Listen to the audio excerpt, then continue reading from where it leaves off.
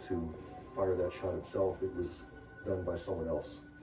It is most logical that the hand was moved to an area where the second shot was fired in an attempt to produce perhaps gunshot residue on the hands of the victim, which would then, in the mind of the shooter, make this appear more like a suicide than a homicide.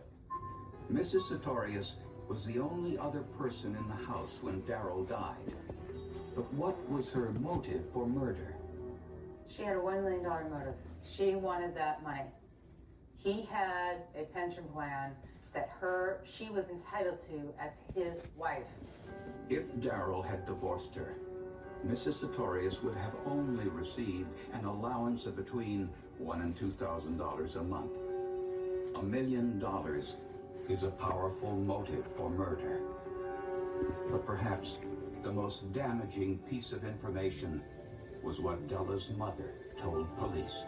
Della's mom gets on the phone, calls the Hamilton County Sheriff's Office, and assures them that Darrell Sartorius did not commit suicide. Assures them that he was murdered, and guarantees them her daughter is the one that committed the offense. Della Faye Hall, also known as Dante Britton, was arrested and charged with murder in the shooting death of her husband, Darrell Sartorius.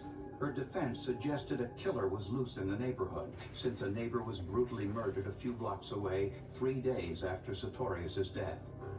But there were no signs of forced entry in the Sartorius home, and prosecutors were convinced that the forensic evidence and motive clearly pointed to Mrs. Sartorius. Around 2 o'clock in the morning, Dr. Sartorius was on the sofa in the basement watching television.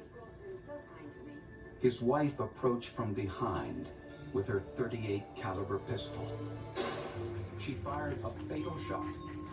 Blood from his nose and mouth spattered over his right palm, evidence that he was not holding the gun when it was fired. Della then placed the gun in his hand and fired the second shot to make sure gunpowder residue would be found on his hands. But the blood on his palm showed otherwise, as did the powder burns on the sofa cushions, which were also on top of the blood stains. During the murder, blood got onto Della's hand, which he tried to shake off. The blood hit the sofa from the front at a 45-degree angle. But in moving Dr. Sartorius' hand and in moving and putting the gun into it, she committed some very fatal flaws to her defense that this was a suicide. You now have blood. She got blood on her hands and kind of flung it back. So now you've got blood spatter on the couch coming from the wrong direction. And it's down below where his legs would have been. And there was no scientific way to explain that from a suicide position. So she's got that problem. She's got blood going the wrong direction on the couch.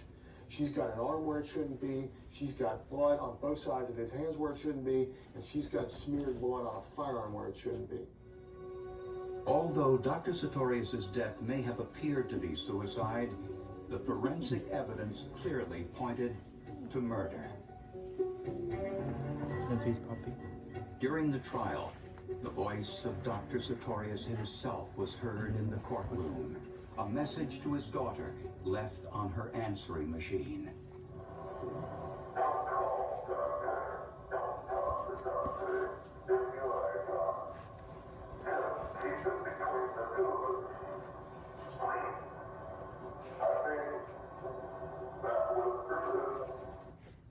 You could hear the fear in his voice that, she's threatening to kill me. I'm afraid she's going to follow through on this.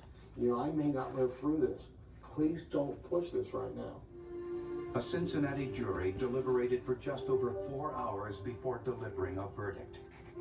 We, the jury, in the issue joined, find the defendant, Della Dante Sartorius, guilty of aggravated murder. She was sentenced to life in prison and won't be eligible for parole until 2014. Well, would I have preferred to see Della get the death penalty? Yes, I would have. I think that what she did was terrible. There was really an overwhelming amount of blood evidence here to indicate that this was a staged scene. And to this day, I don't know what Della was thinking that she was going to be able to get away with, because the evidence, there was just too much evidence there. Her own mother calls her a black widow spider. Her own mother characterizes her as a fortune hunter who found her way to success by latching on to a successful man. Noted crime writer Aphrodite Jones interviewed Della in prison for her best-selling book, Della's Web. Jones believes that when Della heard about her husband's divorce plans, Della concluded that murder was her only alternative.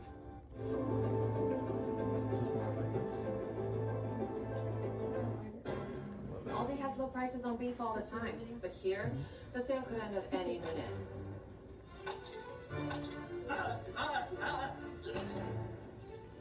You cost more, and you cost more. Excuse me. Hello. Aldi doesn't play pricing games on USDA choice beef. They have low prices every day. Everything we don't do is for you. It's an Aldi thing. Sounds like you need to vaporize that cool. NyQuil Vapor Cool? It's NyQuil plus a rush of Vicks Vapors. NyQuil Vapor Cool. The vaporizing, nighttime sniffling, sneezing, coughing, best sleep with a cold medicine. Oh, and see, you can't put that right in the dishwasher. Watch me. With Cascade Platinum Plus, I have Triumphs. And it's all streaming free.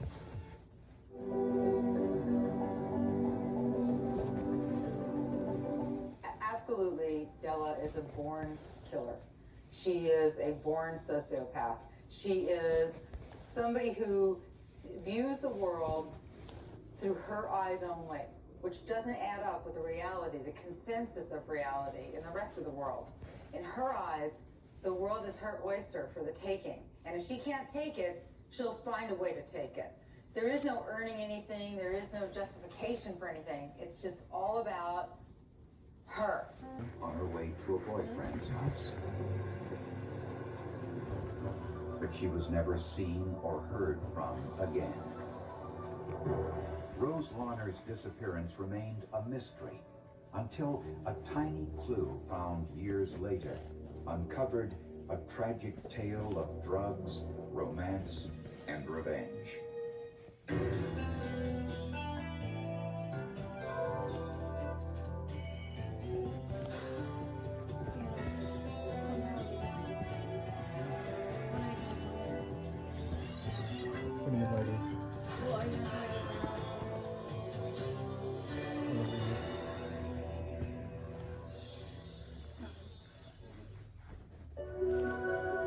Rose Larner was the second of 3 children in a broken family. She was a highly intelligent but very difficult teenager. Rose Larner was an 18-year-old girl who liked to spend a lot of time out at night with her friends, away from her family, a family that dubbed her the vampire because they only saw her in the daytime. Rose's best friend, Bill Brown, was a boy she had known since 2nd grade. They remained friends even after high school. First girl I ever got a kiss from. Her and 2 other girls came down to our house and they chased me through the woods, and my brothers held me down and she gave me a kiss. And we were just basically friends. We had crushes on each other, but nothing serious, and we were just kids. After high school, Rose worked at a pizza shop in her hometown of Lansing, Michigan, and started dating a friend of Bill Brown's, John Ortiz Kehoe.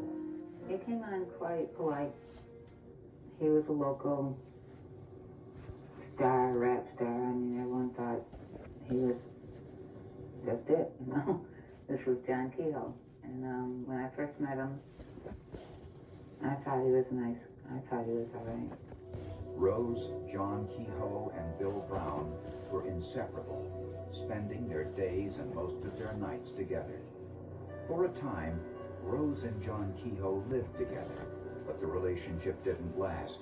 Kehoe moved out, and Rose was devastated. John, at some point, decided that he wasn't interested in Rose, and tried to break it off. Rose wasn't real keen on that idea. On the night Rose disappeared, she stopped in to visit her mother, who was working at the convenience store. Rose said she was headed to the home of her friend Keith, who lived nearby. She walked up to my work and told me she was walking over to a boyfriend she had at the time. Her and John had split up, and I asked her not to. I told her I had a bad feeling about tonight and to go back and get the band, but she didn't want to do that. Rose preferred to walk that night instead of driving and did not return home. The next day, Rose Markey called her daughter's friend Keith, who said that Rose never showed up. Rose didn't show up for work that day either. Rose ran on the wild side. She was independent, rebellious, and it would not have been out of the realm of possibility for her to have simply left the area and gone look for another lifestyle. Rose Larner made approximately 1,500 telephone calls every month, but no one heard from her after she disappeared. Nobody heard from Rosie. And the detective that was assigned the case, that was his sign that there was something wrong there. Because he said that someone just doesn't break a habit like that. Rose Larner's mother still hoped for her daughter's safe return. Perhaps something in Rose's phone records would provide a clue. And investigated every lead. The persistent rumors. Rose is in so-and-so's backyard. Rose is in so-and-so's basement. And I'll admit, we dug up a few basements and drained a few gravel pits looking for Rose. With nothing. Came up dry every time. Nothing. Police learned that Rose Larner spoke with her ex-boyfriend, John Ortiz Kehoe, on the night she disappeared. Kehoe had an alibi for that night. He was on a date with another woman. Bill Brown was with Kehoe and his date on the night Rose disappeared and corroborated Kehoe's alibi. For the next 2.5 years, police could find no trace of Rose Larner. You're simply stymied. You're stalled. That was where the police were at that time, 2.5 years after she disappeared. The state police began their investigation with a fresh look at Rose's ex-boyfriend, John Ortiz Kehoe. They quickly discovered that Kehoe and Rose Larner had an unusual relationship, one that continued even after they broke up. In one incident, Rose followed Kehoe to this fraternity house near Michigan State University. Kehoe was on a date with another woman. In a fit of anger, Rose drove a van into the side of Kehoe's truck. She was smashing her mother's van into his truck, breaking out his windows. We'd come out my parents' house and she'd be hiding behind trees. Police also learned that Kehoe and Bill Brown were in business together, the drug business, and had customers all over Michigan. We as a task force put a lot of pressure on Bill Brown. I mean, we were talking to family members, we were talking to friends, we were talking to neighbors, we were talking to all kinds of people who had been approached before. Brown and Kehoe were together on the night Rose Larner disappeared. But police did not believe that Brown had told them everything about their activities that night. I knew it was going to be very hard, very, very hard for them to be able to get a case. I knew the only way would be is if people started talking. Bill Brown originally said he knew nothing about Rose Larner's disappearance. But 2.5 years later, under constant police pressure, he changed his story. And it was a story so shocking, few believed him. When Bill Brown was sitting there in the office, we were hearing things that we had never heard before. It was an eye-opener. After listening to his whole story about what happened to Rose Larner, I literally went home and told my wife that I felt like I'd just met Satan. I almost stopped and went into a church that I didn't belong to. It was the most unsettling thing that I've ever been through, to listen to that. And police needed science to determine whether Brown was telling the truth.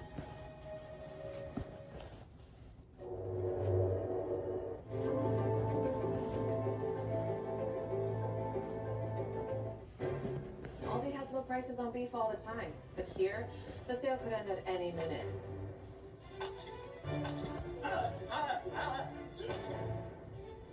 You cost more. You cost more. Excuse me. Hello. Aldi doesn't play pricing games on USDA choice beef. They have low prices every day. Everything we don't do is for you. It's an Aldi thing.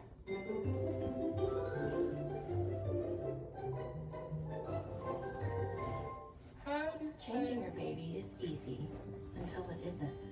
New Pampers Swaddlers 360 has a stretchy waistband for easy changing as babies grow, so nothing gets in the way of this. New Pampers Swaddlers 360. Mr. Clean Ultra Foamy Magic Eraser. More magic than ever. Scrubbing power of Magic Eraser, cleaning power of Dawn. It's the power of 2-in-1. It makes bathroom soap scum here disappear. Compared to sprays, Ultra Foamy cleans up to 100% of dirt, grease, and grime with just water alone. Magic. It makes this ring a thing of the past. Makes you forgetty about baked on spaghetti. So stop spraying and start erasing with Ultra Foamy Magic Eraser. There's some feelings you can get with any sports book. The highs! The no-no-nos. The oh-oh-ohs. Hey, what you want to do with this? But the feeling that no matter what, you're taken care of. Oh, I just earned a hotel suite. You only get that here at the sportsbook Born in Vegas, where they know how to treat you right. Who you talking to, Jamie Foxx? Bonus bets, exclusive offers, real world rewards. Bet MGM. Download and bet today.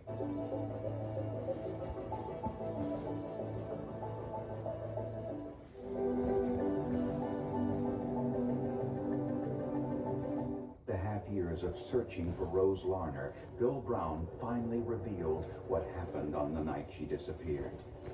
Brown said that on December 7th, he unexpectedly ran into Rose Larner near the convenience store. Rose told Brown she wanted to see John Kehoe. Rose is begging me to page John, and so I finally do. I page John, and she asked me to ask John to come pick her up.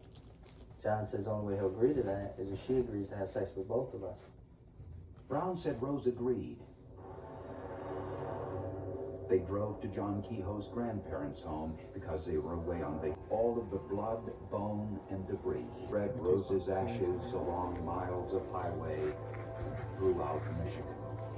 Brown said he didn't come forward sooner because he was afraid Kehoe would murder him as well.